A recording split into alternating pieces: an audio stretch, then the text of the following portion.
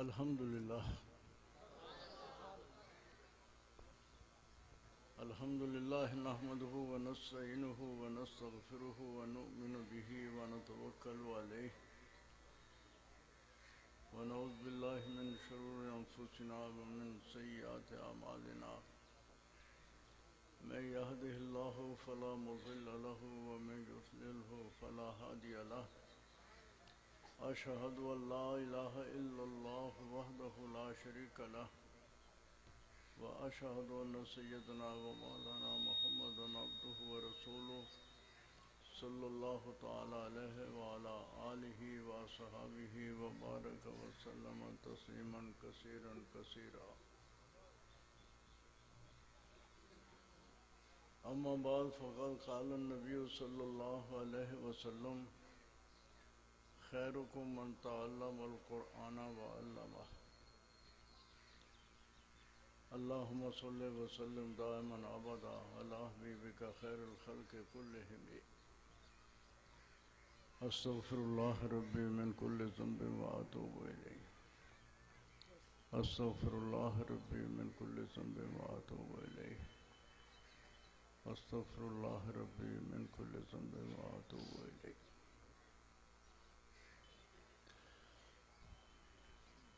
کوئی زیادہ لمبا چوڑا بات کرنے کی تو نہ عادت ہے، نہ یہ موقع ہے، نہ وقت میں گنجائش. مختصر سی بات آپ کی خدمت میں عرض کرتا ہوں کہ اللہ تعالیٰ نے مخلوق کو پیدا کیا، خالق اللہ ہے.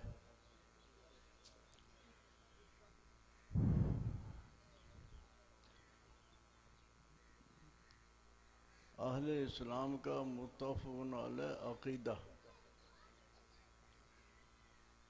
ہمارے اکابر کا، علماء دیوبند کا، سب کا بالاتفاق عقیدہ کہ اللہ تعالیٰ کی ذات کے بعد اللہ کا تو کوئی شریک نہیں، نہ ذات میں نہ صفات میں.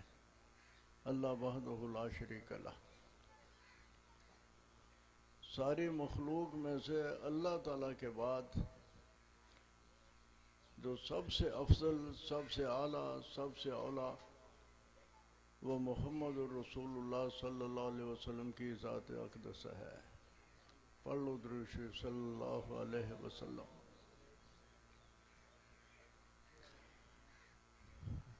کوئی شک شبہ کی بات نہیں، پکا عقیدہ ہے. لیکن اللہ کی حکمت پر جس وقت ہم غور کرتے ہیں تو عجیب باتیں سامنے آتی ہیں کہ سرور کائنات صلی اللہ علیہ وسلم کے اس دنیا میں تشریف لانے سے قبل ہی اللہ تعالیٰ نے آپ کے والد ماجد عبداللہ کو اپنے پاس بلا لیا. پیدا ہونے سے پہلے یتیم ہو گئے.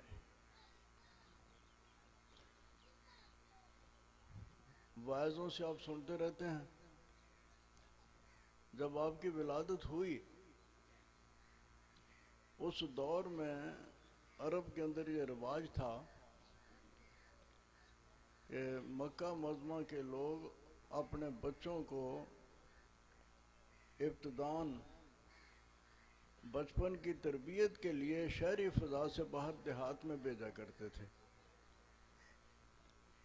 کیونکہ مکہ تھا بین الاقوامی شہر اور اس میں ارد گرد کے دور دراز علاقوں کے لوگ آتے تھے تو زبان کچھ نہ کچھ خلط ملط ہو جاتی ہے، اور دیہات کی زبان اور عربی بود و باش بالکل خالص ہوتی تھی. اس لیے بچوں کی تربیت اکثر دیہات میں کرواتے تھے. تو وقتاً فوقتاً دیہاتی عورتیں شہر میں آتی تھیں، جس گھر میں بچہ پیدا ہوا ہو اس گھر میں جاتی تھیں، بچے کو حاصل کرتی، لے جاتی، پالتی، خدمت کرتی، تو والد کے بچے کے والدین اس کی مالی خدمت کرتے. یہ کام رواج تھا.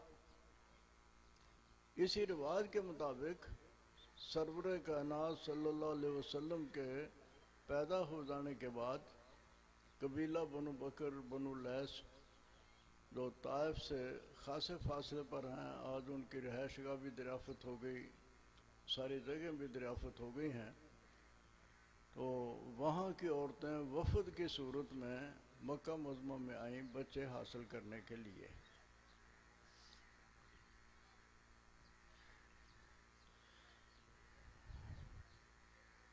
مکہ معظمہ میں آنے کے بعد معلومات کی،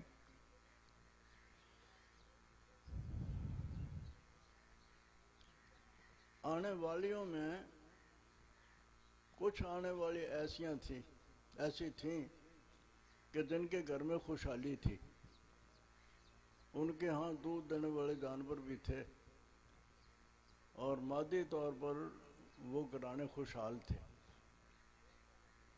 اور بچے پیدا ہوئے اور بچے بھی اچھے اچھے خاندانوں کے۔ تو جو اس وقت کے دولت مندوں یا آج کل کی اصطلاح میں سرمایہ داروں کے بچے تھے، جن کے سر پر ان کے والدین کا سایہ تھا، اس کو لپک لپک کے عورتوں نے اٹھا لیا اور گھر والوں نے خوشی کے ساتھ دے دیا، اور جب وہ یہاں آتی جہاں اللہ کی مخلوق میں سے سب سے افضل ترین بچہ پیدا ہوا تھا، آتے ہی ان کو پتہ چلتا کہ بچہ یتیم ہے، فوراً منہ موڑ کے چلی جاتی۔ کسی یتیم کو لینے سے کوئی دنیا کا فائدہ نہیں ہے، جب سر پر والد ہی نہیں تو ہمیں انعام کون دے گا؟ اس گوہر نایاب کو یتیم سمجھ کے چھوڑ گئیں۔